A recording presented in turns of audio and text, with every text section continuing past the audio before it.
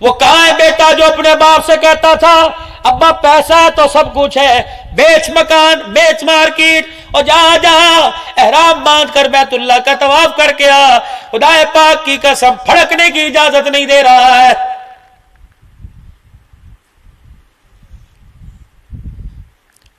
محبوبہ راضی ہو جا، کھول دوں مدینے کے دروازے۔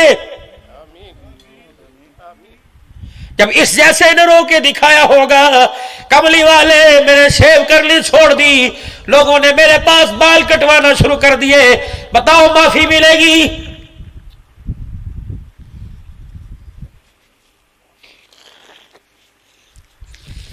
یکم محرم الحرام سے 20 صفر تک زینب کی چادر کا حق مانگنے والوں، جاؤ زینب کی قبر سے، رونے کی آواز آ رہی ہے۔ او لوگوں، عافیہ صدیقی کا منہ بند، کشمیر کی بیٹیوں کے منہ بند، کہنے لگی ہمیں تو شرم آ رہی ہے، خبردار خبردار، تم حسین کی زینب کی چادر بچانے کے لیے آئے، تمہاری تو اپنی 4 سال کی لٹ گئی۔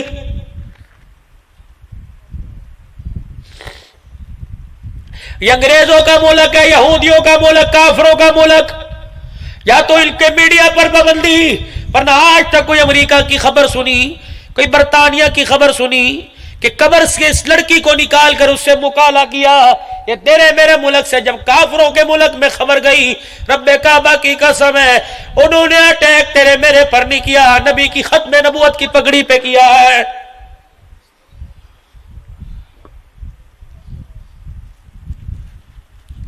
کہاں چلے گئے وہ لوگ؟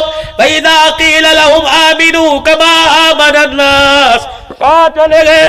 او لوگوں ایمان لاؤ جیسے لوگ ایمان لے کے آئے کہ پورے پاکستان والے، پورے کاندلے والے، پورے نظام الدین والے، پورے تبلیغی مراکز والے، پورے جہادی سینٹر والے، پوری دنیا کے مدارس والے، کیا پوری دنیا کے شیوخ اپنے آپ کو کہہ سکتے ہیں کہ ایمان لاؤ جیسا میں ایمان لے کے آیا؟ رب کعبہ کی قسم ہے، مولا فرما رہے تھے صدیقی بنو۔ کون صدیق؟ آپ نے فرمایا میرا صدیق تیرا ایمان اللہ ایک پلڑے میں رکھے گا، اور ساری کائنات کے مرد عورتوں کا ایمان ایک پلڑے میں رکھے گا۔ اللہ اکبر، پھر بھی تیرے ایمان والا پلڑا بھاری ہو جائے گا۔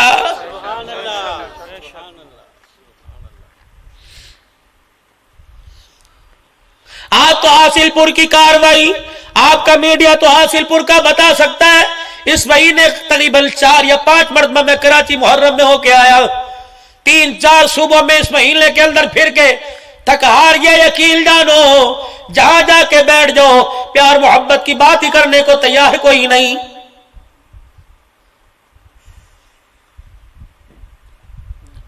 مجھے کہتے لوگ دھویں دار تقریر کرو، مولا گرما گرم تقریر کرو، ایسی تقریر کرو کہ جلنے والے کا منہ کالا ہو جائے۔ اور میں نے کہا مجھے بتا منہ گورا کس کا بچا ہے جو میں اس کے منہ کو جلا دوں؟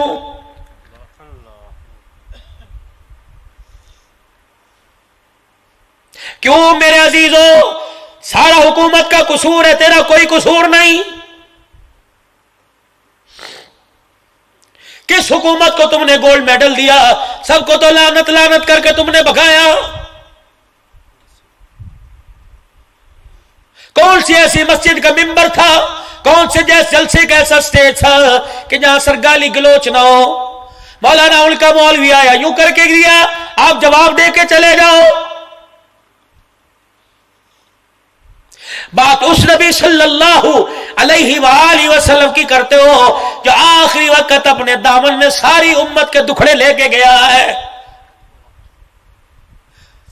کمرے میں حجرے میں بیٹھے رونے لگ گئے، سیدہ عائشہ بھی رونے لگ گئی، جرت نہیں تھی کہ اپنے آقا سے کیا پوچھے، جرت کرتے ہو پوچھا سرکار بتاؤ تو صحیح کیوں رو رہے ہو؟ فرمایا عائشہ باب آدم سے لے کر عیسیٰ تک سارے نبیوں کے دکھڑے ایک طرف، میرے دکھڑے ایک طرف۔ عائشہ جتنا مجھے مارا گیا، جتنا مجھے ستایا گیا، اتنا کسی کو ستایا نہیں گیا۔ جبرائیل سن لے، اسرائیل سن لے، حفصہ ام سلمہ سن لو، عائشہ تم سن لو، جتنا مسجد نبوی میں صحابی بیٹھا سارے سن لو، آخری سانس چل رہی ہے، محمد سب کو معاف کر کے جا رہا ہے۔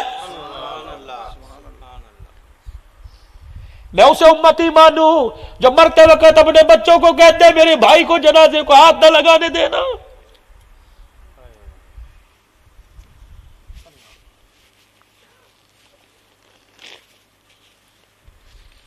میں تجھے آج کے رسول مانوں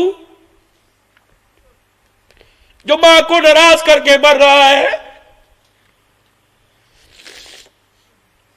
بایزید بستامی رحمت اللہ علیہ اپنی ماں کے پاس بیٹھ گئے، کہنے لگے امی کا کیا، کہ ایک اللہ کا حق ایک تیرا، معاف کر دے اپنے سارے حق، مجھے اللہ کے حق کو معاف کروانے دے، پورا کروانے دے۔ ماں بھی ماں تھی، کہنے لگی بچے سارے حق معاف کر دیے، کہ پھر اللہ مجھے اللہ کی تلاش میں جانے دے، کہ چلا جا۔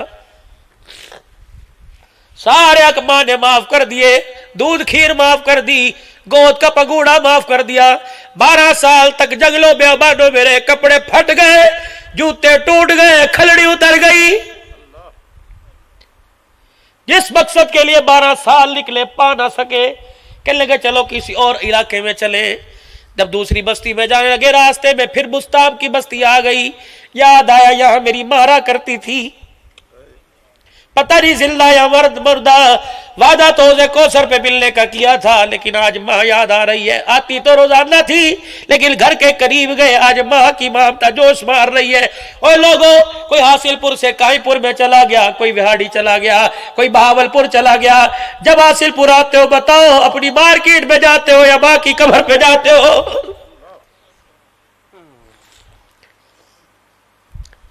بیل بھائی زندہ ہے، ویر آجا، کھانا تیار ہے، جب تو آئے گا ہڈیا سے چولہے سے ہڈیا اتارو گی، لیکن ویر کہاں کھڑا ہے؟ باپ کی قبر پہ رو رہا ہے، جا کر ماں کی قبر پہ پھول ڈال رہا ہے کہ پہلے ماں کا حق ہے۔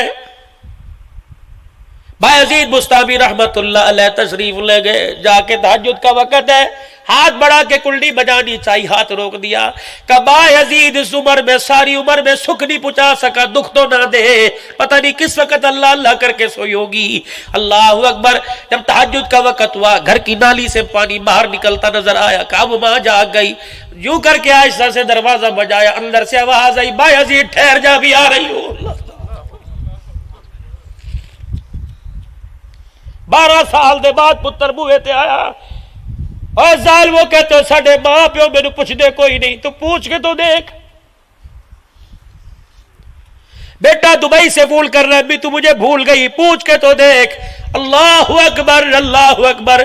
بیوی نے تیری تصویر بیڈ کے ساتھ رکھ رکھی ہے، ماں نے تیری تصویر دل میں لگا رکھی ہے۔ کہتا ابا میں تینوں یاد نہیں آتا، پوچھ کے تو دیکھ۔ صبح اٹھ کے میرا عزیزو گھر سے باہر جاتا ہے، بہو سے کہتا ہے پتر دا پھوڑ دے کے نہیں ہوئے، میرا تیری پوچھ رہا سی، مینوں تو نہیں کچھ کہہ رہا سی۔ اور میری بچیوں، اگر تمہارے گھر والے تمہارے ماں باپ کا حال نہ پوچھے، جھوٹی کہہ دیا کرو، ہاں وہ تیرا بڑا پوچھ رہا تھا، ہاں وہ کہہ رہا تھا ابو سویا کے جاگا۔ اللہ کی قسم، اللہ کی قسم میرے عزیزو، کیلشیم کی گولی سے اتنی طاقت نہیں آتی جتنے بیٹے کے حال پوچھنے سے باپ کے جگرے بڑھ جاتے ہیں۔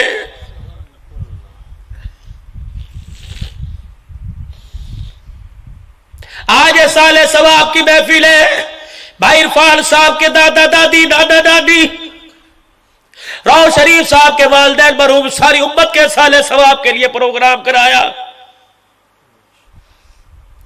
جہاں چلے جاؤ کہتے مولوی صاحب ماں پر عرض کرو، باپ پہ کرو۔ میں نے کہا میں کوئی نہیں کرتا، کیوں؟ کہ جب کسی کو قرآن خوانی میں مجھے بٹھاتے ہو کہ مولوی صاحب یا تو قرآن کے 2 بول پڑھیں گے ختم کر آواز ہے، اچھا بھائی۔ جب مولوی صاحب دعا کرنے لگے، اتنا بڑا میز بھر کے لا کے رکھ دیا، انگور فروٹ ساری چیزیں لا کے رکھ دی۔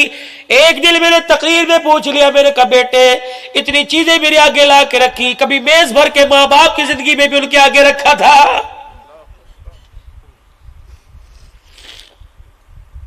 اس وقت تو کمرے میں اندھیرا تھا، بجلی بند، اندر گیا، اس نے کہا خیر آج کیا ہوا؟ کہ خبردار مجھے گھر علیحدہ لے کے دے، یا وہاں ماں کو کسی بیل کے گھر بھیج۔